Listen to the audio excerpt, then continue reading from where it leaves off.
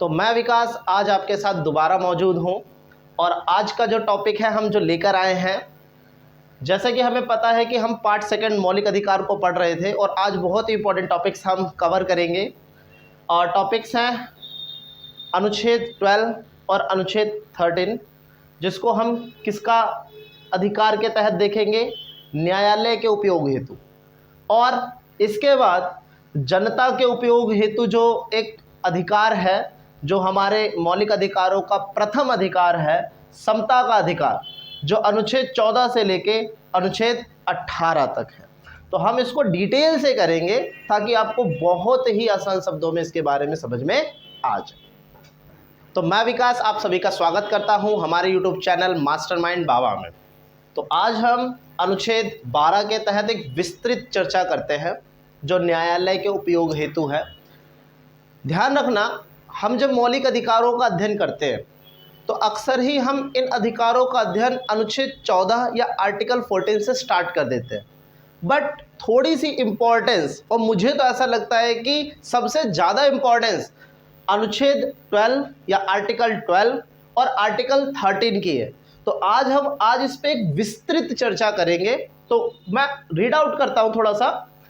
देखो, अनुच्छेद 12 के अंदर एक शब्द की बहुत ही अच्छी व्याख्या लिखी गई और वो शब्द क्या है, राज्य। अब एक बात नहीं समझ में आती हमें, हम राज्य कहें किसको? राज्य सरकार को कहें, देश को कहें, समाज को कहें, किसे कहें? मीनिंग हमारे संविधान के आर्टिकल 12 में इसी चीज को क्लियरिफाई किया गया है कि जब हम राज्य शब्द का प्रयोग करेंगे तो उस राज्य के शब्द के अंदर किन किन को इंक्लूड किया जाएगा। तो उन चार चीजों को, उन बातों को मैंने बिंदुओं में लिखा है। कहते हैं कि कार्यकारी एवं विधायी अंगों को संघीय सरकार में क्रियान्वित करने वाली सरकार और भारतीय संसद। मतलब हमारे देश के अंदर की जो सरकार है, हमारे देश की जो संसद है, वो क्या कर रही है, काम कर रही है। तो हमारी सरकार को भी, हमारी संसद को भी राज्य का ही एक अंग माना जाएगा। हम उसको राज्य से अलग नहीं मानेंगे। दूसरा, राज्य सरकार के विधायी अंगों को प्रभावी करने वाली सरकार और राज्य विधानमंडल। मतलब एक राज्य के अंदर जो सरकार होगी और उस सरकार से जुड़े हुए जितनी भी संस्थाएं हैं उन सभी को भी हम एक राज्य ही बोलेंगे। जिस तरीके से केंद्र सरकार और भारतीय संसद से जुड़ी हुई जितनी भी संस्थाएं हैं जो उनके साथ मिलकर काम करती हैं, हम उन सभी को राज्य ही कहेंगे। उसी तरीके से एक राज्य के अंदर, एक स्टेट के अंदर जो राज्य सरकार के साथ या राज्य की विधान मंडल के साथ मिलकर काम कर रही हैं संस्थाएं, उनको भी हम राज्य ही कहेंगे। तीसरा, सभी स्थानीय निकाय अर्थात जैसे नगर पालिकाएं, पंचायत, जिला, बोर्ड सुधार न्यास और अन्य। मतलब स्थानीय स्तर पे, लोकल लेवल पर भी अगर कोई बॉडी वर्क कर रही है, कोई ऑर्गेनाइजेशन वर्क कर रही है, तो हम उसको भी कहीं ना कहीं राज्य के अंदर ही इंक्लूड करेंगे। और फोर्थ बिंदु बोलता है कि अन्य सभी निकाय, कौन से निकाय? अर्थात चाहे वो वैधानिक हो या नॉन वैधानिक या गैर वैधानिक हो। मतलब कॉन्स्टिट्यूशनली बनी हुई हो या नॉन कॉन्स्टिट्यूशनली, कहने का मतलब जो संविधान बनने के बाद बनी हुई हो, हम उन सभी को राज्य ही कहेंगे। जैसे LIC, ONGC, सेल, ये सब कंपनियों के नाम हैं जो एक बहुत बड़ा लार्ज स्टेक रखती है हमारे इंडिया के अंदर। अब एक बात समझो, मान लो अभी जो इन्वायरमेंट है इंडियन पॉलिटिक्स का, तो उसमें ED और CBI का कुछ ज़्यादा ही रोल दिखाई दे रहा है। हर मामले में ED, CBI, STF जो यूपी में काम करती है, स्पेशल टास्क फोर्स। मान लो आप कभी ऐसे ही विचार कर रहे हो, न्यूज़ चैनल देख रहे हो और आपके मन में आए, क्या हम इस CBI के खिलाफ केस नहीं कर सकते? क्या हम इस ED के खिलाफ केस नहीं कर सकते? क्या हम STF के खिलाफ केस नहीं कर सकते? मन में आ भी सकता है। पर इसका जवाब मिले तो मिले कहां से, क्योंकि इतनी बड़ी संस्थाओं के खिलाफ केस होगा तो किस लेवल पे होगा। पर हम केस कर सकते हैं। क्यों कर सकते हैं? क्योंकि ये वो संस्थाएं हैं जो कहीं ना कहीं संघीय सरकार के अंडर काम कर रही हैं, केंद्र सरकार के अंडर काम कर रही हैं। और पहली डेफिनेशन के अकॉर्डिंग क्या बोल रहे हैं? पहली डेफिनेशन के अकॉर्डिंग यही तो बोल रहे हैं कि जो केंद्र सरकार, संघ मतलब केंद्र, जो केंद्र सरकार के साथ क्रियान्वित कार्य कर रही हैं, तो हम उन सभी संस्थाओं के खिलाफ केस कर सकते हैं। ऐसे ही एक राज्य के अंदर भी जो यूपी में एसटीएफ काम कर रही है, अभी ताबड़तोड़ मुकदमे सॉल्व कर रही है, और इवनली अभी की कुछ खबरें आपके समक्ष होंगी, तो कहीं ना कहीं वो भी तो सरकार का एक अंग ही है, वो भी तो राज्य विधानमंडल के ही आदेश अनुसार चल रहा है, चीफ मिनिस्टर के आदेश अनुसार चल रहा है, तो उन पर भी केस हो सकता है। मान लो कोई पंचायत का अधिकारी, कोई जिला का अधिकारी, या कोई नगर पालिका, या कोई आईएएस ही मान लो कार्य नहीं कर रहा, तो क्या हम केस कर सकते हैं? कर सकते हैं भाई। मान लो एलआईसी आपका पैसा डुबो दे, कोई बैंक फ्रॉड करके भाग जाए, तो क्या हम कुछ कर सकते हैं? कर सकते हैं। पर किस बेस पे करेंगे, सवाल ये। तो बेस क्या बताया इस आर्टिकल 12 के अंदर, ध्यान से समझने वाली बात है। बहुत सारे लोग आर्टिकल 12 और आर्टिकल 13 पे ध्यान ही नहीं देते, लगता है कि ये इंपॉर्टेंट है ही नहीं। आर्टिकल 12 ही ये बताता है देश को कि किसको हम राज्य कहें, और अगर वो राज्य हमारे अधिकारों का किसी भी रूप में हनन करेगा। यहां राज्य क्या क्या है मैंने अभी डिफाइन किया है। केंद्र सरकार से जुड़ी संस्था है, राज्य सरकार से जुड़ी संस्था है, निचले स्तर पर जुड़ी संस्था है, कोई प्राइवेट संस्था पर वो भी सरकार के ही साथ कार्य कर रही हो, वो कोई भी संस्था जो देश में सरकारों के साथ काम कर रही हैं, उनको हम राज्य ही कहते हैं। और अगर वो हमारे अधिकारों का हनन करेंगी तो उन पे केस बनता है, और ये केस चलाएंगे कौन? हमारी सुप्रीम कोर्ट। क्योंकि हमारे देश के अंदर कभी भी अगर अधिकारों का हनन कोई भी करता है, तो हमारी जो सर्वोच्च न्यायालय, उच्चतम न्यायालय है, उन अधिकारों को सुरक्षित करने की जवाबदेह रखती है।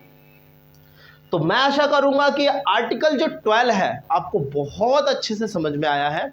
अब आर्टिकल 13 भी इसी तरीके की इंपॉर्टेंस रखता है, हम उस पर भी एक गहन चर्चा करते हैं। तो अब हम बात करते हैं अनुच्छेद 13 पे। अनुच्छेद 12 जितना इंपॉर्टेंट है, जहां राज्य के शब्द की व्याख्या की गई है, उसी तरीके से अनुच्छेद 13 भी बहुत इंपॉर्टेंट है, क्योंकि इसमें यह बताया गया है कि विधियों का औचित्य क्या है। विधि मतलब क्या? नियम, कानून, अध्यादेश, उपविधि, मतलब कोई भी आदेश, कोई भी नियम कानून, हम उसको विधि कह सकते हैं।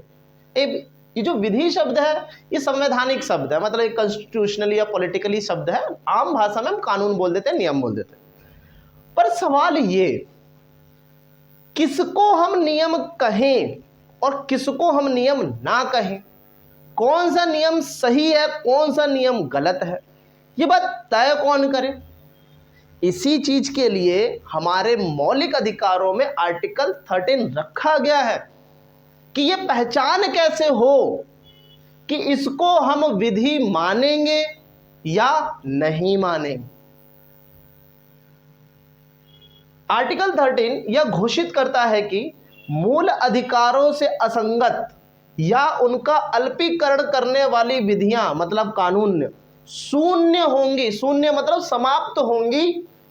यह शक्ति उच्चतम न्यायालय और उच्च न्यायालयों को प्राप्त है, जो किसी भी विधि या मूल अधिकारों का उल्लंघन होने का आधार पर गैर संवैधानिक या अवैध घोषित कर सकते। मतलब अनुच्छेद 13 के तहत हम जिस किसी भी स्थिति को एक कानून मानेंगे, अगर वो कानून हमारे अधिकारों का हनन कर दे, कोई भी चीज जो विधि के अंदर इंक्लूड हो जाए, और अगर वो विधि हमारा किसी भी रूप में अधिकारों का हनन करेगी तो हमारी जो उच्चतम न्यायालय है वो अनुच्छेद 32 के तहत, और जो हमारी हाई कोर्ट्स हैं अनुच्छेद 226 के तहत स्वतंत्र रूप से कार्रवाई करेंगी। क्योंकि वो ये कहेंगी कि जो आपने तरीका लाया है, जो अध्यादेश लाया है, जो आदेश लाया है, जो विधि लाई है, जो कानून लाए गए हैं, वो आर्टिकल 13 के तहत आती हैं। और आर्टिकल 13 के तहत अगर आती हैं और आपके कानून समाज के मौलिक अधिकारों, जनता के मौलिक अधिकारों का हनन कर रही हैं, तो हम उन पे खुली कार्यवाही कर सकते हैं। अगर कोई चीज इस विधि के अंदर ही ना हो, ऐसा कोई स्थिति पैदा हो जाए जो इस विधि शब्द में इंक्लूड ही ना हो और सरकार उसको धड़ल्ले से बनाई जा रही है, तो सुप्रीम कोर्ट भी उस पर कोई भी संज्ञान नहीं ले सकता। क्योंकि तब नियम बनाने वाले ये कह सकते हैं कि इस चीज की स्थिति का जिक्र अनुच्छेद 13 में किया ही नहीं गया। ऐसा ही एक डिबेट हुआ था आज से 70 साल पहले, तो उसका भी मैं एक छोटा सा जिक्र करूंगा। बट इन विधियों में किन किन को इंक्लूड किया जाएगा पहले उस पर चर्चा कर लेते हैं। तो मैंने बहुत क्लियरिफाई करके लिखा हुआ है। स्थायी विधियां मतलब जो हमेशा चलने वाला कानून, संसद या राज्य विधानमंडल द्वारा बनाया गया कानून, अस्थायी विधियां जो टेम्परेरी समय के लिए कानून बनाए जाते हैं, जैसे राज्यपाल या राष्ट्रपति के द्वारा जारी किया कोई आदेश, ये टेम्परेरी होता है क्योंकि संसद ने पारित नहीं किया। कार्यपालिका विधान की प्रकृति में संवैधानिक साधन जैसे अध्यादेश, आदेश, उपविधि, नियम या अधिसूचना, मतलब जैसे कोई आईएएस है या जो कोई बड़ा अधिकारी है वो स्थिति को मेंटेन करने के लिए या फिर स्थिति को सामान्य करने के लिए कोई आदेश जारी कर देता है, तो इनको भी हम विधियों के अंतर्गत अर्थात कानून के अंतर्गत ही आंकते हैं। मैं आपसे बोल रहा था कि कोई ऐसी स्थिति जो इस विधि में आती ही ना हो तो उस पर तो कुछ भी किया जा सकता है, कोर्ट भी नहीं रोकेगी आपको, कि सीधा संविधान के आर्टिकल 13 में लिखा गया है विधियों के अंतर्गत आने वाली चीजों में अगर अधिकारों का हनन होगा तो कार्रवाई होगी, और जो चीजें विधियों के अंतर्गत आती ही नहीं चाहे उससे हनन हो जाए बट कोई कार्यवाही नहीं होगी।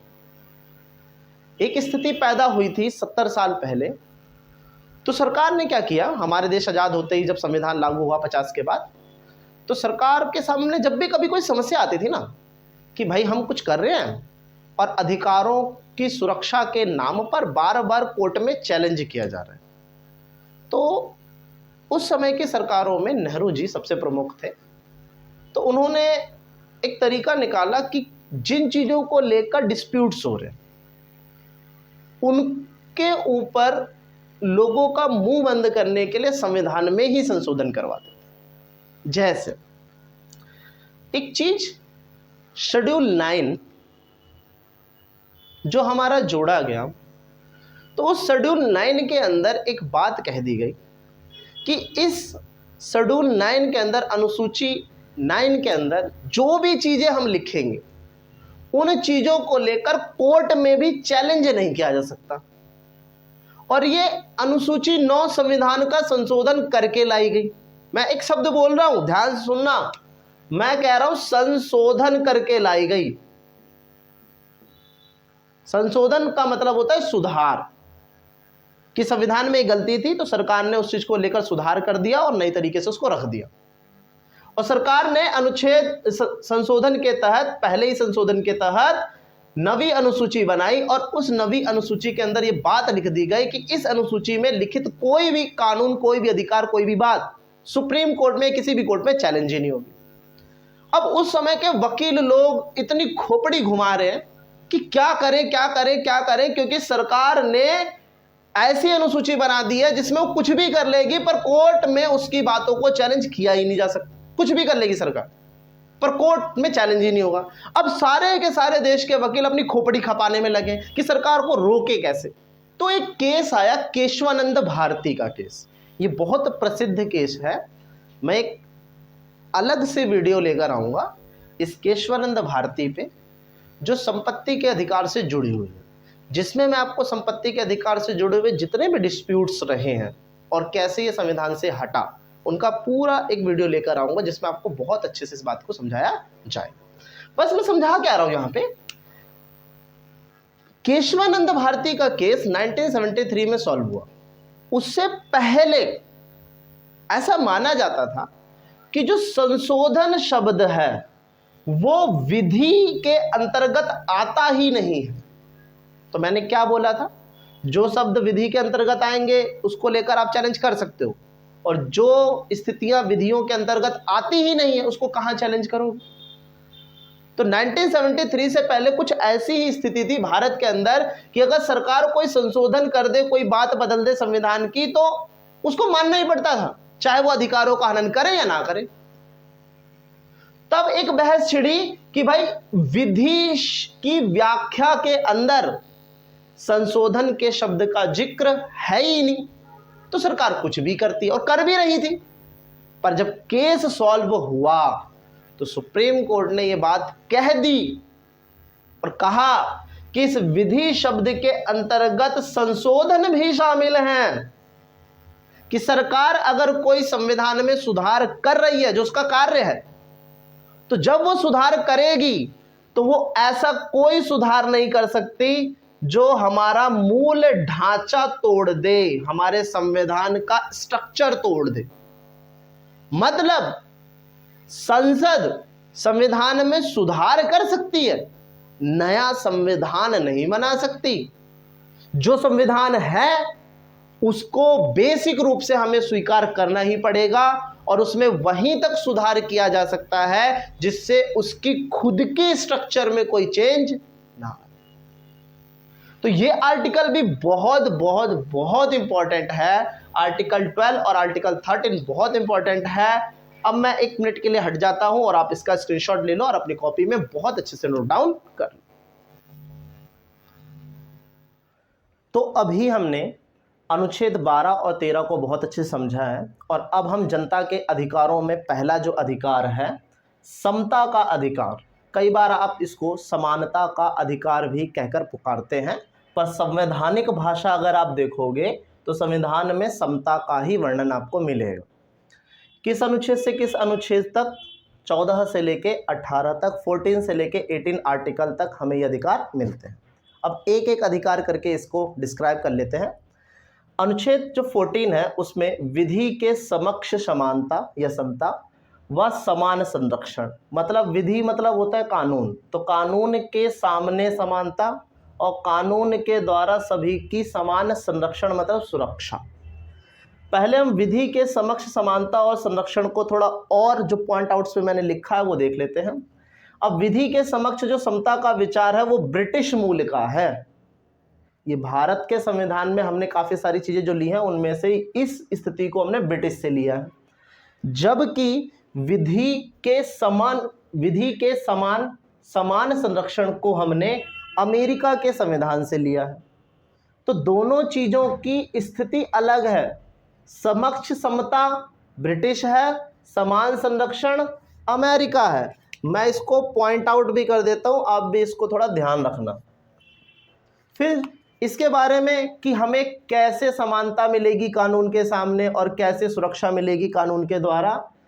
विधियों द्वारा प्रदत्त विशेष अधिकारों और अध्यारोपित दायित्वों दोनों में समान परिस्थितियों के अंतर्गत व्यवहार की समता होगी। मान लो किसी विधि के द्वारा किसी को विशेष अधिकार दे दिया जाए, कुछ विशेष दायित्व दे दिया जाए, तो ऐसा किया जा सकता है, परंतु उसके साथ जो व्यवहार होगा वो बिल्कुल बराबर होगा। भले ही किसी को विशेष पद मिले हो, विशेष दायित्व मिले हो, विशेष कर्तव्य मिले हो, इससे ये अर्थ नहीं निकल जाता कि वो कानून की नज़र में अलग हो जाएगा। कानून की नज़र में वो सर्वदा एक बराबर ही रहेगा। दूसरा बिंदु क्या कहता है? समान विधि के अंतर्गत सभी व्यक्तियों के लिए समान नियम है। ऑब्वियस सी बात है, देश के संविधान में अगर कोई भी विधि बनी है, कोई भी नियम लिखा है, कोई भी कानून लिखा है, तो उसके सामने सभी व्यक्तियों को एक समान ही माना जाएगा और सभी के साथ एक जैसे नियम कानूनों के तहत ही कार्रवाई की जाएगी। तीसरा, बिना भेदभाव के सभी के साथ समान व्यवहार होना। ये बात भी नॉर्मल सी है कि कानून की नज़र में अगर सभी बराबर हैं तो उनके साथ व्यवहार भी कैसा होगा? एक समान ही होगा। किसी भी व्यक्ति को विधि के उल्लंघन के सिवाय दंडित नहीं किया जा सकता। व्यक्ति कुछ भी करे, कोई किसी को दंड नहीं दे सकता तब तक जब तक वो किसी कानून का उल्लंघन ना कर दे। जब वो किसी कानून का उल्लंघन करेगा, आर्टिकल 14 में लिखा है, मेंशन किया गया है, जब वो किसी विधि का उल्लंघन करेगा तभी उसको कानूनी तौर पे सजा दी जा सकती है। और सजा देने का कार्य किसी व्यक्ति का नहीं है। संविधान ने इस बात का अधिकार अभी कोर्ट को अर्थात हमारी न्यायिक व्यवस्था को दे रखा है। एक नोट में मैंने एक विशेष बात लिखी है जिसका जिक्र मैंने कल की क्लास में भी किया था। आपने जब आर्टिकल 13 समझा होगा तो हमने उसमें एक बात कही थी कि कौन सी चीज़ों को हम विधि मानेंगे। तो इसको लेकर एक दिक्कत हुई थी कि क्या संशोधन भी एक विधि होती है या नहीं होती है। तो 1973 में केशवानंद भारती केस में ये बात क्लियराइज की गई थी कि संशोधन को भी एक विधि माना जाएगा। उसी स्टेटमेंट को देखते हुए ये बात लिखी गई है कि सर्वोच्च न्यायालय का मानना है कि अनुच्छेद 14 के अंदर उल्लिखित विधि का शासन ही संविधान का मूलभूत तत्व है, इसलिए इसे किसी भी तरीके से अर्थात संशोधन के द्वारा भी हटाया नहीं जा सकता। मतलब जो संशोधन है वो भी एक विधि ही है और किसी संशोधन का सहारा लेकर हम समानता को या कानून के तौर पे समानता को हटा नहीं सकते। तो आर्टिकल 14 आपको बहुत अच्छे से समझ में आया। इसमें कुछ अपवाद भी है, सभी के साथ समानता भी नहीं होती, कानूनी तौर पर भी नहीं होती। तो एक दो अपवाद अभी हम कर लेते हैं और ये जो है आप स्क्रीनशॉट ले लो ताकि आप अपनी कॉपी में आराम से रिटर्न कर लो। तो अनुच्छेद 14 के अंदर हमने विधि के समान समानता और विधि के समक्ष संरक्षण को समझा, पर एक अपवाद भी है। अपवाद कैसा? बहुत सारे अपवादों में से मैंने एक अपवाद का जिक्र किया है, और भी अपवाद होते हैं, जैसे राष्ट्रपति या राज्यपाल के विरुद्ध जब वो अपने पद पर बैठे हुए हैं और काम कर रहे हैं तो काम करने के दौरान उनके ऊपर कोई भी दंडित कार्रवाई नहीं चलाई जा सकती। जैसे अभी के राष्ट्रपति द्रौपदी मुर्मू अपने पद पे बैठे हुए हैं और तो कोई ये केस डालने की कोशिश करे कि नहीं भाई जो राष्ट्रपति हैं वो गलत काम कर रही हैं और इनके प्रति एक दंडित कार्रवाई करते हुए केस चलना चाहिए जिसमें इनको दंड मिलना चाहिए, तो ऐसा देश में नहीं हो सकता।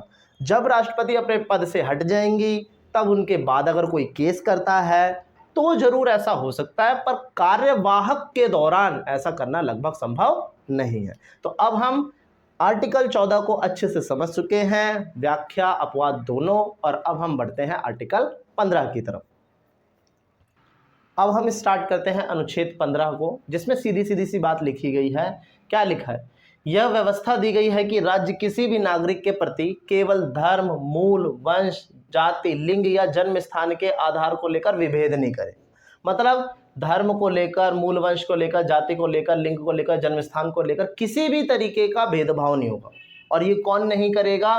राज्य नहीं करेगा। ध्यान रखना, राज्य मतलब सरकार या कोई भी सरकारी संस्था।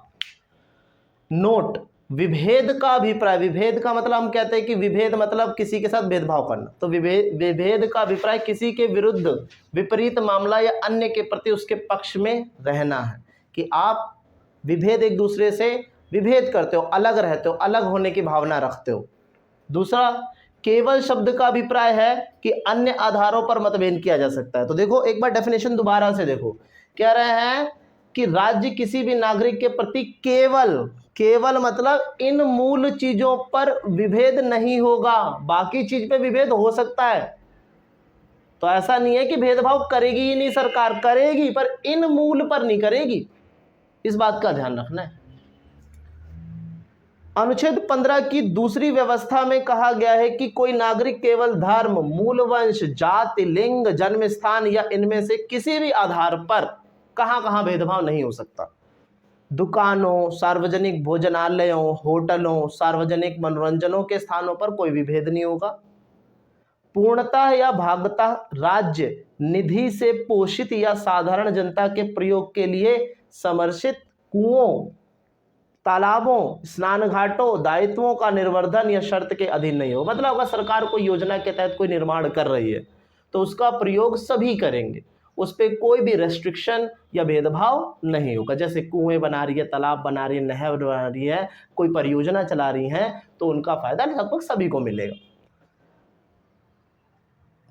फिर तीसरा बिंदु लिख रहे हैं कि जो ये प्रावधान है अनुच्छेद 15 के तहत, प्रावधान राज्य एवं व्यक्ति दोनों के विरुद्ध विभेद का प्रतिरोध करते हैं। न सरकार विभेद कर सकती है, भेदभाव कर सकती है, और ना एक नागरिक, कि मैं किसी को धर्म के आधार पर ना बुलाऊं, मैं किसी को धर्म के आधार पे जॉब ना दूं, मैं किसी को धर्म के आधार पे पार्क में ना घुसने दूं। ऐसा नहीं, हम भी नहीं कर सकते। ऐसा नहीं कि यहाँ पे केवल राज्य लिखा है तो राज्य ही नहीं कर सकता और हम कर सकते हैं, ऐसा नहीं है। ना राज्य किसी के साथ इन 5 टॉपिक्स को लेकर विभेद करेगा और ना हम।